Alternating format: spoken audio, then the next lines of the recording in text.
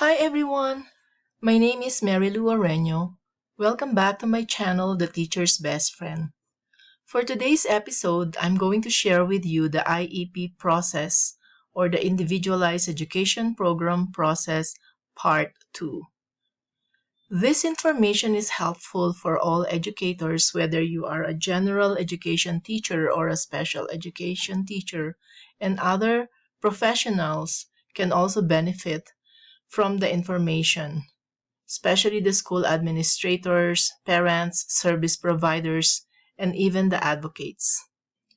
If this is your first time watching this video, please do not forget to click the notification bell to subscribe and be notified for the incoming episodes. In this episode, I will continue the discussion on the IEP process. This is the part 2 of the first IEP process that I published. This includes IEP development, implementation of IEP, and evaluation and reviews.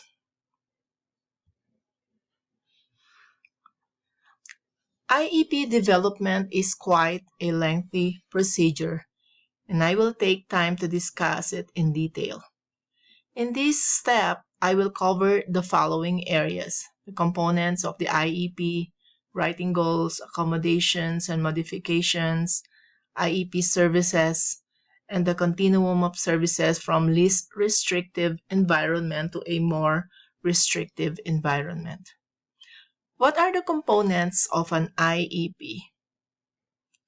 Components of an IEP covers a wide variety of information.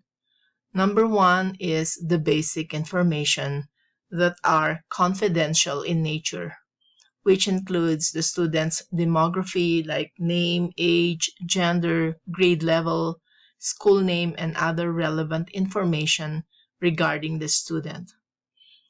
Part of the basic information is the parent or guardian information as well, which include the name of the guardians, the contact information, mailing address, and the relationship to the student. This information is relevant for parent contact and communication. The second component of an IEP is called the present levels of academic achievement and functional performance, or sometimes they call it the PLAAF. This part contains the current level of skills and performance of the student. The information in this part are usually taken from the results of the full psychoeducational evaluation and the information from the referral process. The PLAF includes academics like reading, mathematics, writing, and other services as needed, such as OT, PT, speech services, and even the need for assistive technology. And they are explained in detail as well. The third component of an IEP is the annual goals or measurable IEP objectives. In order to provide an IEP services, the student must have goals. These goals are the guiding factors in providing the services.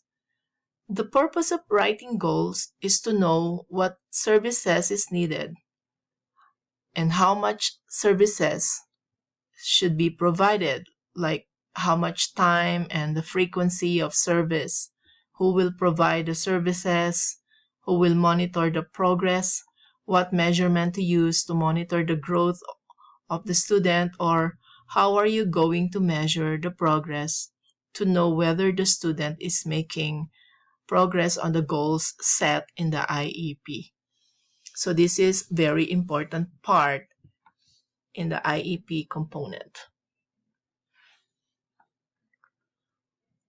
The fourth component of an IEP is what we call other determination, such as determining whether the student needs extended school year, the team must identify whether the student is qualified for ESY or extended school year.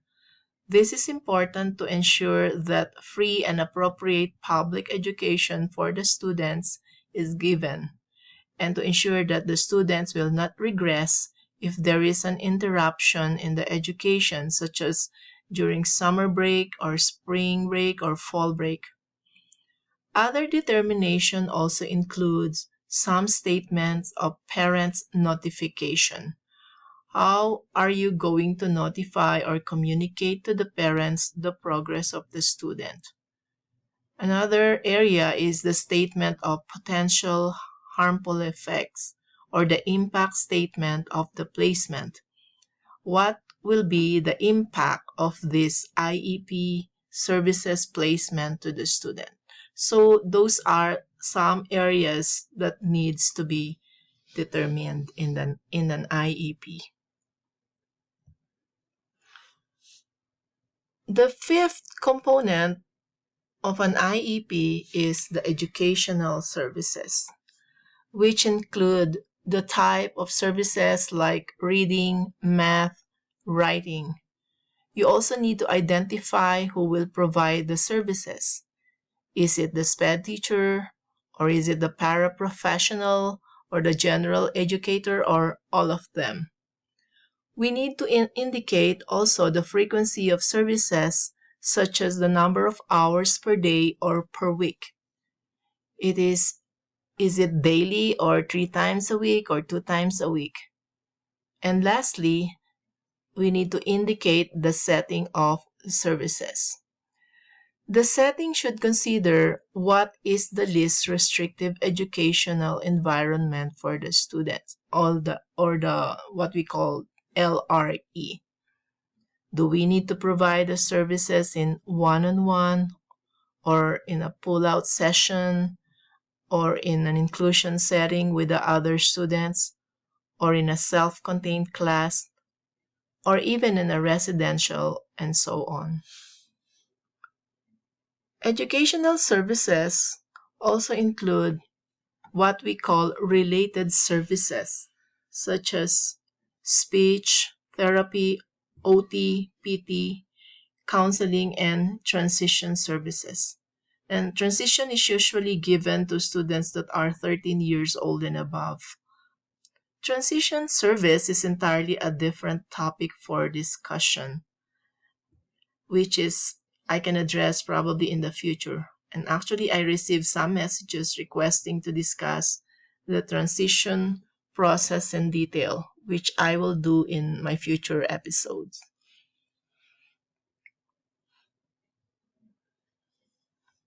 The sixth component of an IEP is the assessment. What type of assessment is needed for the students? Is the student eligible to take the school-wide assessment, which is given to all students in general population by the school district? Or is the student needs to take the alternate assessment, wherein several modifications and accommodations is provided in order to take that specific assessment? The seventh component of an IEP is the program accommodations, or sometimes we call it accommodations and modifications. Some examples are the use of technology like iPad, text-to-talk program, or the use of microphone if the student has a hearing problem, or do they need to use hearing aid and large prints, especially for the students with visual impairment, or the use of scribe, the use of spell checker, or do we need to scaffold the directions and instructions, or does the student need extended time to complete the assignments, or does the student need more break?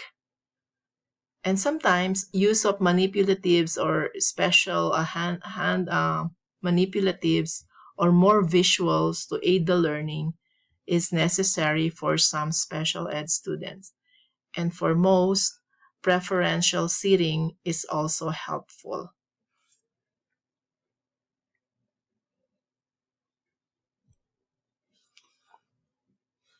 The eighth component of an IEP is the medical and significant health condition. We need to indicate that in an IEP so that all the team members who are working with the students know the health condition of the student. The team or service providers need to know this, especially if the student is having seizure or is taking medication for hyperactivity disorder, or does the student have a bladder problem? Because sometimes they didn't know, and if the student keeps on asking to go to the bathroom, they will get mad without knowing that the student has a bladder problem. Does the student have allergic reactions? That's also important. So this information is necessary to understand the behavior and to provide the necessary accommodations to the student.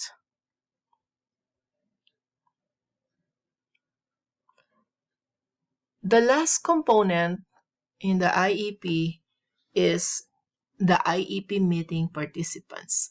There should be a page that indicate who are the members of the IEP team, or who are those people who attended the IEP meeting. So this is very important because these members needs to sign the IEP document, and they need to indicate that they all agreed with all the services and recommendations and modification and accommodations that needs to be provided to the student. And usually the IEP team includes the local education agency, like the representatives such as the principal or the vice principal or the SPED director.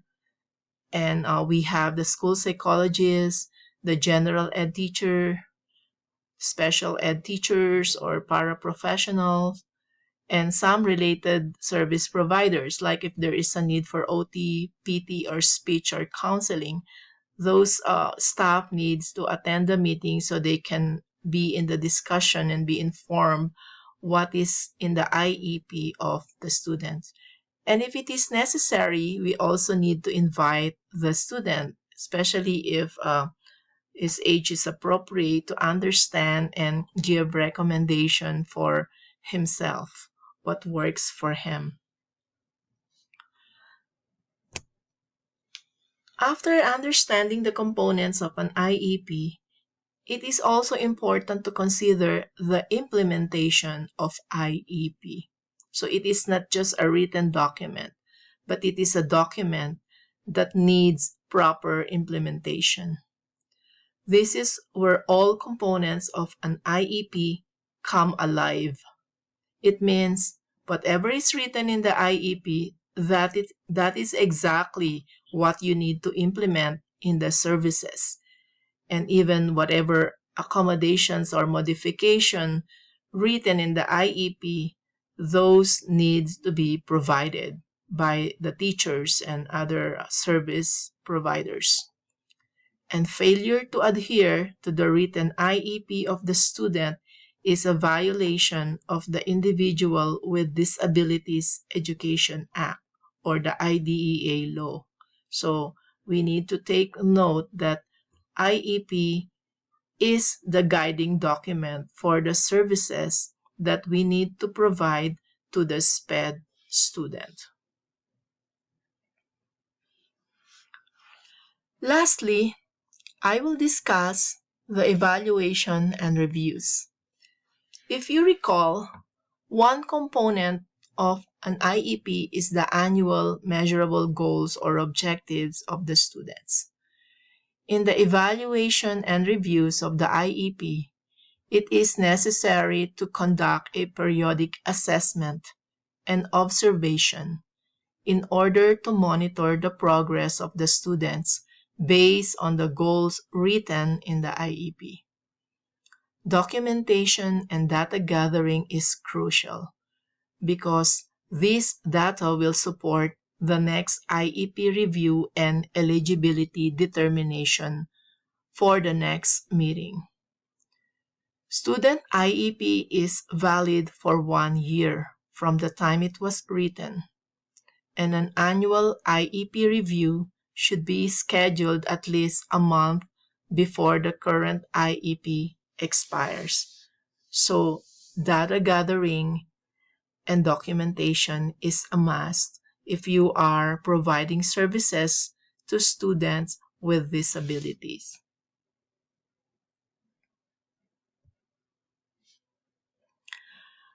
I hope you enjoyed watching and you learned a lot on this video. Thank you, and I will see you on my next episode. Please do not forget to like, comment, and subscribe to my channel. To God be the glory. Thank you.